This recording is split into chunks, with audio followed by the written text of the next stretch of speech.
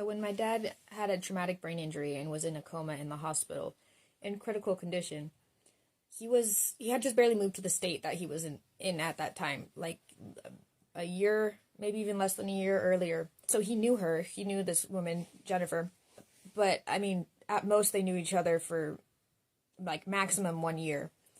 She's a married woman, and she doesn't know him well enough to be invited to the hospital, for sure. She definitely wasn't. And she accidentally overhears one of her coworkers, who happens to actually be a relative of my dad's, and they were notified.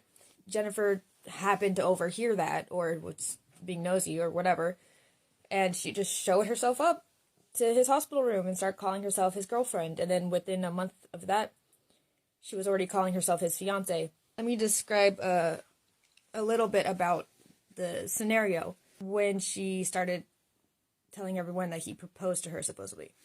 He was freshly woken up from a coma. He was in that coma due to a traumatic brain injury. So traumatic, or so severe, they removed a chunk of his skull. It's called a decompressive craniectomy. And that's different from a craniotomy for anyone who's ever had to have brain surgery. I hope you're doing well, by the way. Majority of brain surgeries are craniotomies, which means you take off a chunk of the skull, but you replace it before the end of the surgery. If they're worried about swelling, your brain outgrowing its shell and starting to compress itself against your skull, or even worse, herniation, which is gross, I don't want to talk about it. But like, there is damage that will be done if your brain touches its own container, basically. So if they're worried about that happening, they will leave off a chunk of your skull. And that's how severe my dad's brain damage was, is that he had basically a whole hemisphere of his skull missing at this time. And I mean, I can't even get into all the complexities of a CSF fluid, and there's like pressure dynamics in your skull, right? This is it's meant to be a very closed and secure, like shut container, like not shut, but like a very well sealed container, and that's very selective about what gets let in and out. So when you suddenly open that container, like pressurized container basically, that definitely has a lot of effects on many things. Your something called cerebral spinal fluid, and like the fluid dynamics, it affects so many aspects of your life at that point. So not even only the brain swelling, but you've got all that going on. He did develop sinking skin flap syndrome. The skin flap sunk in, which you would think, there's no bone there. Is that really that weird? It's considered a complication. It is a complication. It's not supposed to happen. If they do replace the skull quickly enough, they're supposed to do it within like a couple weeks, but they waited months. Look at where my dad's abilities were at this point. This was his goal that was not complete at this point, by the way. This was written on August 23rd.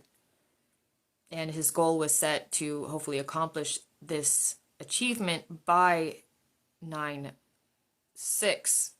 And then supposedly he's already cognitively aware enough to be proposing by a few days after that. After having such goals like follow one-step commands with 50% accuracy. Patient will point to objects with 50% accuracy. But at the same time,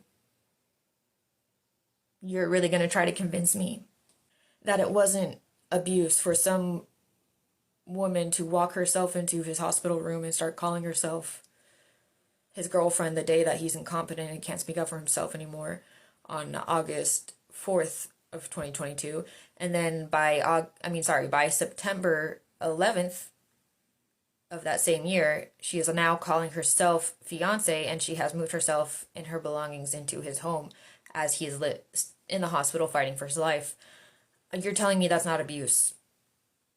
These were my dad's care plan and treatment goals that were written on August 23rd of 2022. This is important because his fake fiance, who suddenly became beneficiary of all of his assets months before he died, also claims, her story alleges that my dad apparently had proposed to her while in hospital still on 9/11 of 2022. First of all, that is very romantic. I can't judge her for that one because I feel that's very suiting for their relationship. It is catastrophic, yes. So I guess in their specific circumstance, I can understand why 9/11 would seem like a reasonable anniversary date. But it's just a little funny she didn't think that through.